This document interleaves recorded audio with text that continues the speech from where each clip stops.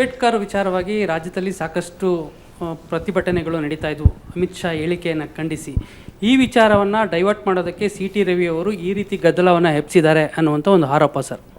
ಅಂದರೆ ಉದ್ದೇಶಪೂರ್ವಕವಾಗಿ ಇದೆಲ್ಲ ಆಯಿತು, ವಿಷಯ ಡೈವರ್ಟ್ ಮಾಡೋದಕ್ಕೆ ಜನರ ಒಂದೇನಂದರೆ ಯಾವುದೂ ರೆಕಾರ್ಡಲ್ಲಿ ಇಲ್ಲದೆ ಇರೋದನ್ನು ಅವರೇ ಯಾಕೆ ನೀವು ಈಗ ನಿಮಗೆ ಯಾವುದೂ ರೆಕಾರ್ಡಲ್ಲಿ ಇಲ್ಲದೆ ಇರೋದು ಹಿಂಗಂದ ಅಂತ ನಾನೇನು ಹೇಳಿದ್ದೀನಾ? ನಾನು ಹಿಂಗಂದೆ ಅಂತ ಹೇಳಿದ್ದೀನಾ? ಅವರೇ ಹಿಂಗಂದ, ರವಿ ಹಿಂಗಂದ ಅಂತ ಅವರೇ ಹೇಳ್ಕೊಂಡು ಬಂದಿರೋದು ಒಂದು. ಎರಡನೇದು, ಅಂಬೇಡ್ಕರ್ ವಿಷಯದಲ್ಲಿ BJPಗೆ ಇರುವಷ್ಟು ಅಭಿಮಾನ ಕಾಂಗ್ರೆಸ್ನಲ್ಲಿ ಇಲ್ಲದೇ ಇರೋದು ವಾಸ್ತವಿಕ ಸತ್ಯ.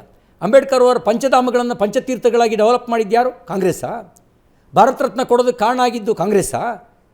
ಅಟಲ್ ಬಿಹಾರಿ ವಾಜಪೇಯಿ ಭಾರತ ರತ್ನ ಕೊಡೋಕ್ಕೆ ಕಾರಣ ಆಗಿದ್ದು. ಪಂಚಧಾಮಗಳನ್ನು ಅಭಿವೃದ್ಧಿಪಡಿಸಿದ್ದು BJP. ಅಷ್ಟು ಮಾತ್ರ ಅಲ್ಲ, ನವಂಬರ್ 26 ಮೋದಿ ಪ್ರಧಾನಮಂತ್ರಿ ಆಗೋವರೆಗೂ ಏನಂತ ಕರೀತಿದ್ರು? ಲಾಡೆ ಅಂತ ಕರಿತಾಯಿದ್ರು. ಸಂವಿಧಾನ ಗೌರವ ದಿವಸ ಅಂತ ಕರೆಯೋಕ್ಕೆ ಪ್ರಾರಂಭ ಮಾಡಿದ್ಯಾರು? BJP ಸರ್ಕಾರ. ನಮ್ಮನ್ನು ಹೇಗೆ ನೀವು ಅಂಬೇಡ್ಕರ್ ವಿರೋಧಿ ಅಂತ ಹೇಳ್ತೀರಿ? ಅಂಬೇಡ್ಕರ್ ವಿರೋಧಿ ಕಾಂಗ್ರೆಸ್ ಪಾರ್ಟಿ, ನಾವಲ್ಲ. ನಾವು ಅವ್ರನ್ನ ಎಕ್ಸ್ಪೋಸ್ ಮಾಡ್ತಾ ಇದ್ವಿ. ಅವ್ರಿಗೆ ಅನ್ನಿಸ್ತು ಏನೋ ಮಾಡೋಕ್ಕೆ ಹೋಗಿ ಎಡವಟ್ಟಾಯ್ತಲ್ಲ, ಎಕ್ಸ್ಪೋಸ್ ಆಗ್ತಾಯಿದ್ದೀವಲ್ಲ ನಾವು, ನಮ್ಮದೆಲ್ಲ ಗೊತ್ತಾಗ್ತಾ ಇದೆಯಲ್ಲ ಅಂತ ಡೈವರ್ಟ್ ಯಾಕೆ ಮಾಡಿರಬಾರ್ದು ಹೇಳಿ?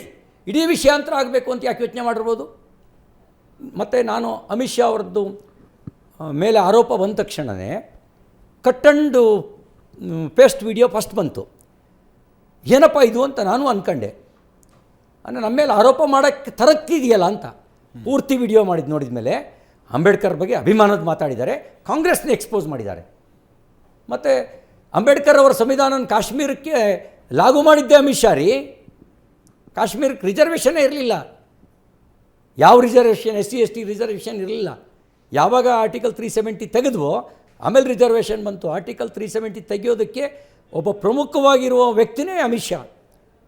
ಅಂಬೇಡ್ಕರ್ ಸಂವಿಧಾನ ದೇಶವ್ಯಾಪಿ ಆಯಿತು. ಹಾಗಿದ್ದಾಗ ನೀವು ಅಂಬೇಡ್ಕರ್ ವಿರೋಧಿ, ಸಂವಿಧಾನ ವಿರೋಧಿ ಅಂತ ಕಲ್ಪನೆ ಮಾಡಿಕೊಂಡ್ರೆ ಏನು ಹೇಳಬೇಕು? ತಾನು ಕಳ್ಳ ಪರರ ನಂಬ ಅನ್ನುವಂಥ ಗಾದೆ ಮಾತು ಈ ವಿಷಯದಲ್ಲಿ ನಮ್ಮ ಮೇಲೆ ಅನುಮಾನ ಪಡೋರಿಗೆ ಅನ್ವಯ ಆಗುತ್ತೆ. ಅಲ್ಲಿ ಈ ಒಟ್ಟಾರೆ ಘಟನೆನ ಆರಂಭದಿಂದ ಅಂತ್ಯದ ತನಕ ಯೋಚನೆ ಮಾಡಿದಾಗ ಏನು ಅನಿಸುತ್ತೆ? ಏನು ಹೇಳೋಕ್ಕಾಗತ್ತೆ? ನಾನು ನಿರೀಕ್ಷೆ ಮಾಡಿರಲಿಲ್ಲ. ಓಕೆ, ಈ ರೀತಿ ಎಲ್ಲ ನಡ್ಕೊಳ್ತಾರೆ ಅಂತ ಅಂದ್ಕೊಂಡಿರಲಿಲ್ಲ. ಸಭಾಪತಿಗಳು ರೂಲಿಂಗ್ ಕೊಟ್ಟ ಮೇಲೆ ಅವರು ಕ್ಲಿಯರಾಗಿ ಹೇಳಿದ್ದಾರೆ. ಅವ್ರ ರೂಲಿಂಗ್ನಲ್ಲಿ ನಾನೆಲ್ಲ ದಾಖಲೆಗಳನ್ನು ಪರಿಶೀಲನೆ ಮಾಡಿದ್ದೀನಿ, ಆ ಥರದ್ದು ಯಾವುದೇ ಲಭ್ಯ ಇಲ್ಲ. ನಿಮ್ಮ ಹತ್ರ ಏನಾದ್ರು ಸಾಕ್ಷಿಗಳಿದ್ದರೆ ಕೊಡಿ, ಅದನ್ನು ಪರಿಶೀಲನೆ ಮಾಡ್ತೀನಿ ಅಂತ ಹೇಳಿದ್ದೀನಿ. ಅವರೂ ಏನೂ ಕೊಟ್ಟಿಲ್ಲ. ಹಾಗಾಗಿ CT ರವಿ ಅವ್ರನ್ನ ಇದಾದಮೇಲೂ ಕೂಡ ಕರೆದು ಕೇಳಿದ್ದೀನಿ. ಅವರಿಂದಲೂ ಸಮಜಾಯಿಸಿ ತಗೊಂಡು ಆಮೇಲೆ ನಾನು ಈ ರೂಲಿಂಗ್ ಕೊಡ್ತಾಯಿದ್ದೀನಿ ಅಂತ ಹೇಳಿ ರೂಲಿಂಗ್ ಕೊಟ್ಟಿದ್ದಾರೆ. ರೂಲಿಂಗ್ ಕೊಟ್ಟ ಮೇಲೆ ದೂರು ಕೊಡೋದು, ಕೊಟ್ಟ ಮೇಲೆ ಜನರನ್ನು ಎತ್ಕಟ್ಟೋದು, ಕೊಟ್ಟ ಮೇಲೆ ಕಾನೂನನ್ನು ಮೀರಿ ಅರೆಸ್ಟ್ ಮಾಡೋದು, ಇದೆಲ್ಲ ನಾನು ಹೇಗೆ ನಿರೀಕ್ಷೆ ಮಾಡೋಕ್ಕೆ ಸಾಧ್ಯ ಆಗುತ್ತೆ? ನಾವು ಮಧ್ಯಾಹ್ನ 5-6 ಜನ ಶಾಸಕರು ನಗ್ನಗ್ತಾ ಊಟ ಮಾಡ್ಕೊಂಡು ಬಂದಿದ್ದೀವಿ. ಅಲ್ಲಿವರೆಗೂ ಈ ಥರದ್ದೆಲ್ಲ ನಡೀತಾ ಇದೆ ಬಿಹೈಂಡ್ ದ ಸ್ಕ್ರೀನು ಅನ್ನುವಂಥ ಇದೇ ಗೊತ್ತಿಲ್ಲ ನನಗೆ. ಅರವಿಂದ್ ಬೆಲ್ಲದ್ದು ಫೋನ್ ಮಾಡಿ ಹೀಗೇನೋ ಲಕ್ಷ್ಮೀ ಹೆಬ್ಬಾಳ್ಕರ್ ಅವ್ರನ್ನೆಲ್ಲ ಎತ್ಕಟ್ಟಿದ್ದಾರೆ, ನಿಮಗೇನೋ ಮಸಿಗಿಸಿ ಬಳಿಬೋದು, ಹುಷಾರಾಗಿರ್ರಿ, ಒಬ್ಬರೇ ಇರಬೇಡ್ರಿ ಅಂದರು. ನನಗೆ ಯಾಕೆ ಬಳಿತಾರೆ ಅಂದೆ ನಾನು. ಅಲ್ಲಿವರೆಗೂ ನಂಗೆ ವಿಷಯ ಗೊತ್ತಿಲ್ಲ. ಆದರೆ ಏನೋ ಎಚ್ಚರಿಕೆಯಲ್ಲಿರ್ರಿ ಅಂತಂದರು. ಬರ್ತೀವಿ, ಸುವರ್ಣಸೌಧದ ಮೆಟ್ಲ ಹತ್ರ ಒಂದು 4-5 ಜನ ಬಂದು ಕಾರ್ ಹತ್ರ ಗುದ್ದಕ್ಕೆ ಬಂದರು. ಕಾರಿಗೆ ಗ್ಲಾಸ್ ಇಳಿಸಿರಲಿಲ್ಲ, ಕಾರು ಇದಿತ್ತು. ಅಷ್ಟೊತ್ತಿಗೆ ಮಾರ್ಷಲ್ಲು ಸ್ಥಳೀಯರು ಬಂದು ಅವ್ರನ್ನ ದೂರಕ್ಕೆ ಕಳಿಸಿ ನನ್ನ ಒಳಗೆ ಬಿಡ್ರಿ ನನ್ನ ಯಾಕೆ ಹಿಡ್ಕೊತೀರಿ ಅಂತೇಳಿ ಆರಾಮಾಗಿ ನಾನು ಒಳಗೆ ಹೋದೆ. ಆಮೇಲೆ ಉಳಿದಿದ್ದೆಲ್ಲ ನೀವು ನೋಡಿದ್ದೀರಿ, ಅದನ್ನೇ ಮತ್ತೆ ಪುನರಾವರ್ತನೆ ಮಾಡಲ್ಲ ನಾನು. ಆ ಘಟನೆ ಅಂದರೆ ಸದನದ ಒಳಗಿನ ಘಟನೆ ಏನಾಯಿತು ಅಂದರೆ ಬಹಳ ಜೋರಾದ ವಾತಾವರಣ ಇತ್ತಾ, ಬಿಸಿಯಾದ ವಾತಾವರಣ, ಯಾಕೆ ಹಿಂಗೆ ಕೂಗಾಟ ಮಾಡೋ ಹಂತಕ್ಕೆ ಬಂತು ಅಂತ ನೋಡಿ. ಪ್ರಶ್ನೋತ್ತರ ಅವಧಿ ಮುಗಿದು ಶೂನ್ಯ ವೇಳೆ ಎಲ್ಲ ಮುಗಿದ ಮೇಲೆ ನಾವು ಅಂಬೇಡ್ಕರ್ ಭಾವಚಿತ್ರ ಕೈಲಿ ಹಿಡ್ಕೊಂಡಿದ್ವಿ, ಕಾಂಗ್ರೆಸ್ನವರು ಅಂಬೇಡ್ಕರ್ ಭಾವಚಿತ್ರ ಕೈಲಿ ಹಿಡ್ಕೊಂಡಿದ್ರು. ಅವ್ರದ್ದು ಆರೋಪ ಅಂಬೇಡ್ಕರ್ ಅವರಿಗೆ ಅಮಿತ್ ಶಾ ಅಪಮಾನ ಮಾಡಿದ್ದಾರೆ ಅಂತ. ನಾವು ಭಾವಚಿತ್ರ ಜೊತೆಗೆ ಇನ್ನೊಂದು ಪ್ಲೇ ಕಾರ್ಡ್ ಹಿಡ್ಕೊಂಡಿದ್ವಿ. ಕಾಂಗ್ರೆಸ್ ಅಂಬೇಡ್ಕರ್ ಅವರಿಗೆ ಹೇಗೆ ಅನ್ಯಾಯ ಮಾಡ್ತು ಅಂತ. ಕಾಂಗ್ರೆಸ್ಸು ಅಂಬೇಡ್ಕರ್ನ ಸೋಲಿಸ್ತು, ಕಾಂಗ್ರೆಸ್ಸು ಬದುಕಿದ್ದಾಗಲೂ ಅಪಮಾನ ಮಾಡ್ತು, ಸತ್ತಾಗಲೂ ಅಪಮಾನ ಮಾಡ್ತು, ನೀವು ಭಾರತ ರತ್ನ ಕೊಡಲಿಲ್ಲ ಅಂತ.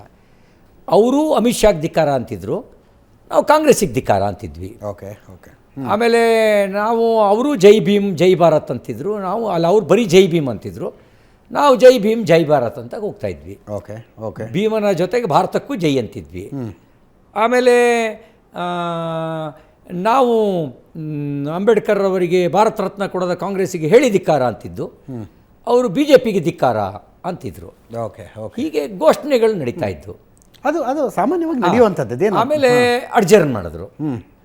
ನಾವೆಲ್ಲ ಪ್ಲೇ ಕಾರ್ಡ್ ಇಟ್ಕೊಂಡು ಅಲ್ಲಿ ಮೀಡಿಯಾದವ್ರ ಮೇಲಿದ್ರಲ್ಲ ಅವ್ರಿಗೆ ಕಾಣಲಿ ಅಂತ ಹಿಂಗೆ ಮುಂದಕ್ಕೆ ಹೋದ್ವಿ. ಅವ್ರಿಗೆ ಕಾಂಪಿಟೇಷನಲ್ಲಿ ಅವರು ನಮ್ಮ ಜೊತೆಗೆ ಮುಂದಕ್ಕೆ ಬಂದರು. Okay okay. ಅಲ್ಲಿ ಜೈ ಭೀಮ್ ಜೈ ಭಾರತ್ ಅಂತ ನಾನು ಒಂದು ಅದೇ ಸ್ಟೈಲಲ್ಲಿ ಒಂಥರ ಕುಣ್ಕೊಂಡು ಕಾಂಗ್ರೆಸ್ ಕಡೆಗೆ ತಿರ್ಕೊಂಡು 2 ಕಾರ್ಡು ನನ್ನ ಹತ್ರ. ಒಂದು ಕಡೆ ಅಂಬೇಡ್ಕರ್ದು, ಇನ್ನೊಂದು ಕಡೆ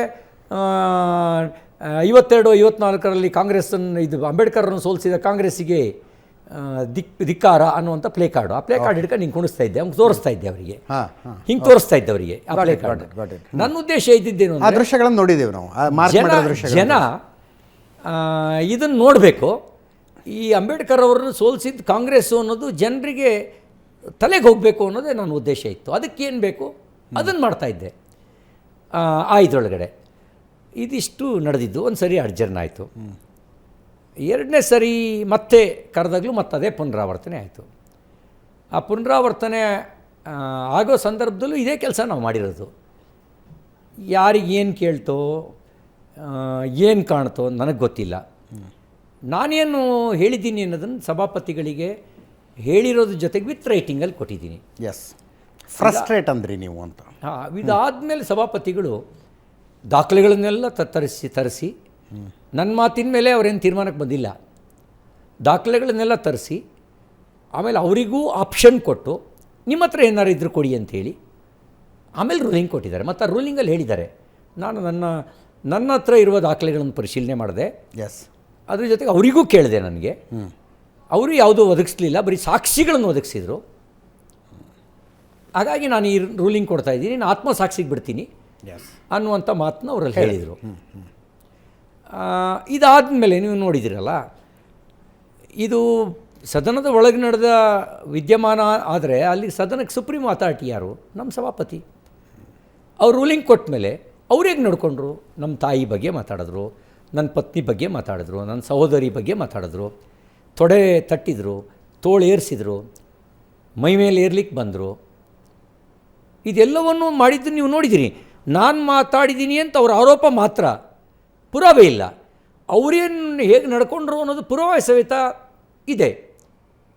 ನೀವು ಪುರಾವೆ ಸಹಿತ ಇರೋದ್ರ ಹಿಂದ್ಗಡೆ ಹೋಗ್ತಿರೋ, ಕೇವಲ ಆ ಆಧಾರ ಇಲ್ಲದ ಆರೋಪದ ಹಿಂದ್ಗಡೆ ಹೋಗ್ತಿರೋ.